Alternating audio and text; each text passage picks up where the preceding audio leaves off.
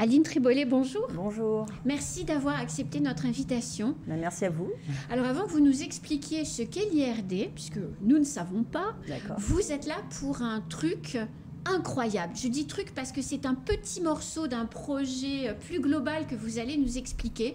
Mais moi, je trouve ça exceptionnel. Vous allez apprendre à des enfants à bouturer du corail. Et tant entendu que le corail est un petit animal. Alors, c'est incroyable. Vous allez nous expliquer ça. Mais avant tout, qu'est-ce que l'IRD, Aline Tribollet? Alors, l'IRD, c'est l'Institut de recherche pour le développement. C'est un institut de recherche public, au même titre que le CNRS, par exemple. Et les chercheurs de cet institut, les scientifiques de cet institut ont vocation à aider au développement durable des pays en voie de développement et de l'outre-mer. Alors, vous disiez tout à l'heure, quand on préparait l'émission, que vous étiez basé à La Réunion, mais que l'essentiel de vos projets concernait Mayotte. Oui, tout à fait. Donc, je suis affectée depuis peu à l'île de La Réunion pour travailler dans l'océan Indien Ouest. Et effectivement, je suis coordinatrice d'un énorme projet dont on va discuter aujourd'hui, qui s'appelle Future Maoe Reefs, donc en anglais, mais en français, ça veut dire le futur des récifs coralliens de Mayotte. Et donc, c'est pour ça que je suis implantée dans la région pour mieux travailler à Mayotte. Alors, vous allez demain sur Musical Plage avec des élèves, des enfants. Oui. Vous allez travailler à leur apprendre à bouturer du corail. Comment on bouture un animal?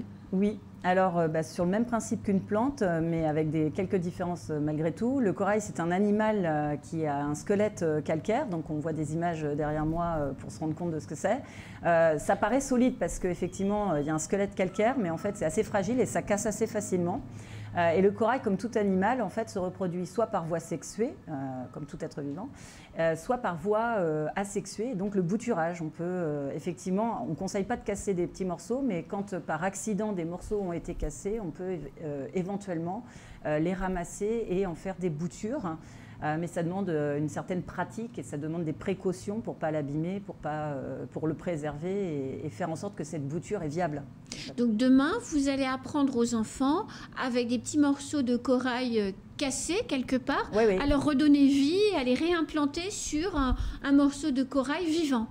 Alors, pas tout à fait. On va collecter les fragments qui ont pu être cassés, soit par l'action des vagues, soit par l'action de l'homme, intentionnellement ou par ignorance.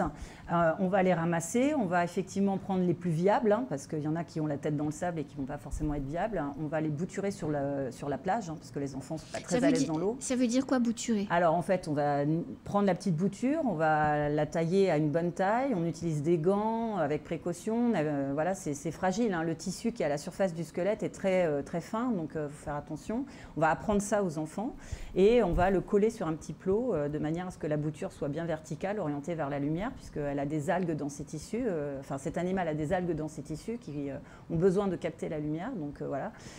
Et ensuite, une fois que toutes les petites boutures ont été préparées par les enfants avec l'équipe scientifique du projet, on va les remettre à l'eau à Musical Plage pour qu'ils puissent se développer, et dans un mois, on retournera les voir avec les enfants pour voir si elles ont poussé, si elles sont toujours en vie, si elles sont viables.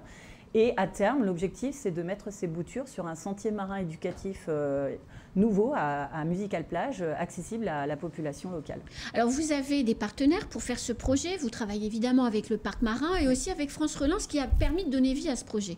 Oui, voilà, en fait, le projet Future Maoe Reefs est financé par France Relance avec un gros partenariat, effectivement, avec le Parc Marin de Mayotte, mais également le Centre universitaire de Mayotte, le CUFR, et de nombreux partenaires académiques, mais aussi du milieu associatif et privé, de métropole, mais aussi surtout de Mayotte, avec cette fameuse classe qui est impliquée de Petite Terre, Pamandzi 2. Donc, c'est une classe de CE1, CM1. Et donc, grâce à ce partenariat, nous avons ce projet qui a plusieurs axes de recherche. Il y a des axes très fondamentaux sur la compréhension de la capacité du récif exceptionnel de Mayotte, parce que c'est l'un des plus grands lagons au monde avec une biodiversité incroyable. Donc, pour mieux le protéger et le conserver.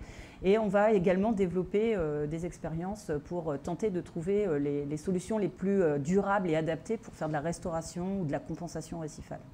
Alors, comment il va notre massif récifal, justement? Comment vont nos coraux? Parce qu'on a dit qu'il blanchissait, on a dit que ça allait pas trop bien. Après, on nous a dit, mais non, c'est trompé, ça blanchit pas. Donc finalement... Oui, alors quand même, le récif, enfin le lagon de Mayotte est quand même relativement bien préservé, mais subit, comme tous les récifs à l'échelle mondiale, le changement climatique, le réchauffement notamment et d'autres facteurs, et les pressions dues aux activités humaines sur le littoral. Donc par épisode, il y a des épisodes très forts de blanchissement corallien, peut-être pas aussi violents et impressionnants que sur la Grande Barrière de Corail. Pour autant, en 2010 par exemple et en 2016, il y a eu des blanchissements majeurs. Mais il est vrai que ces récifs de Mayotte sont très intéressants pour nous les scientifiques parce qu'ils ont une certaine capacité de résilience ou de résistance à ces facteurs. Et on cherche à comprendre pourquoi justement ici c'est un peu plus résistant. Pourtant, je souhaite dire que le GIEC, le groupement d'intérêt international sur le climat, insiste sur le fait que si on prend une direction ou un scénario à plus de 2 degrés d'ici la fin du siècle, et là on est déjà au-delà de ce qui est préconisé au maximum, 99% des récifs coralliens de la planète devraient disparaître, et donc y compris ceux de Mayotte. Il faut comprendre ce que ça implique derrière, c'est que les récifs coralliens à l'échelle globale abritent un quart de la biodiversité marine et créent des barrières qui protègent les habitations sur le littoral, des îles et des côtes. Donc ça a un rôle très important. Et il y a un habitant sur 15 dans le monde aussi qui dépend de ces écosystèmes. Donc à Mayotte pour le tourisme ou pour d'autres activités, mais dans le monde, il y a des pays en voie de développement qui dépendent complètement de l'activité liée aux récifs coralliens. Donc s'ils disparaissent, ça va poser de sérieux problèmes. Alors dans le projet qui est le vôtre, vous parliez d'une approche anthropologique, c'est-à-dire qu'à la fois vous apprenez aux enfants à faire des boutures de corail, mais en même temps vous apprenez des enfants en les regardant s'approprier les connaissances. Oui, exactement. Expliquez-nous. Oui, tout à fait. En fait, on a une partie de recherche qui implique les classes. En fait, on part du principe que nous, les scientifiques, on est capable de faire un état des lieux, de comprendre les processus, de donner des recommandations. Les gestionnaires de l'environnement jouent leur rôle, mais en fait, il faut l'adhésion de la population pour protéger ces écosystèmes tous ensemble. Et donc, on souhaite développer une nouvelle approche de sensibilisation, notamment des plus jeunes. Donc, on a pris le prisme de s'attaquer aux scolaires, entre guillemets, et de les impliquer au projet. Donc non seulement on les sensibilise toute l'année, en fait ils ont eu des animations scientifiques en classe, ils ont eu des observations sur le terrain. La classe de Mayotte est également jumelée à une classe à Bondy dans le 9-3, dans le 93 en Seine-Saint-Denis. Et eux font aussi du bouturage, mais en aquarium, dans un des aquariums de Paris, l'aquarium tropical de la Porte Dorée. Et à côté de ça, nous avons une équipe pluridisciplinaire composée d'anthropologues, de chercheurs de sciences de l'éducation du Centre universitaire de Mayotte et les écologues marins, dont moi, qui en fait étudient comment les enfants se saisissent de notre approche, des animations, des outils qu'on leur met en main, mais également les enseignants qui vont transmettre des savoirs comme les mathématiques et le français qui sont des disciplines de base, mais en se saisissant du sujet corail, récif, etc. Et ces connaissances que vous allez acquérir en regardant les autres évoluer, elles vont servir à quoi ? Alors l'objectif, c'est de voir quel est le niveau d'efficacité de cette nouvelle approche par rapport à, par exemple, des animations ponctuelles, une fois dans l'année, sans avoir un suivi assez poussé et sans manipulation. C'était ce qu'on faisait jusqu'à présent. Et là, on a décidé de s'impliquer beaucoup plus et d'en faire des petits chercheurs ou des petits scientifiques en herbe, de leur transmettre effectivement l'approche scientifique et de développer leur éco-citoyenneté, en fait.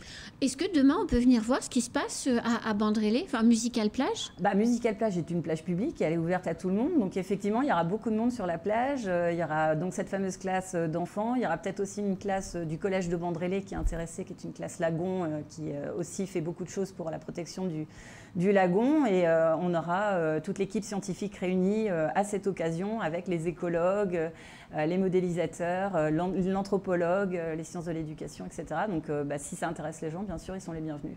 Et ensuite, ça sera ma dernière question. La prochaine étape, puisqu'effectivement, vous dites que c'est à fréquence régulière pour permettre une meilleure appropriation des connaissances, la prochaine étape, c'est fin juin. Oui, tout à fait. Donc en fait, la fin de l'année scolaire, donc c'est début juillet, et donc fin juin, on organise un grand événement où on invite toute la population de Mayotte à nous rejoindre pour en savoir plus sur le projet et pour rencontrer rencontrer les enfants qui ont travaillé avec nous. On fait les boutures. On fait les boutures et qui vont pouvoir transmettre leur savoir à monsieur, madame, tout le monde. Et donc, on les invite le 28 juin sur le parvis du comité de tourisme à Mamoudzou pour un événement de sensibilisation et de découverte du lagon et du récif.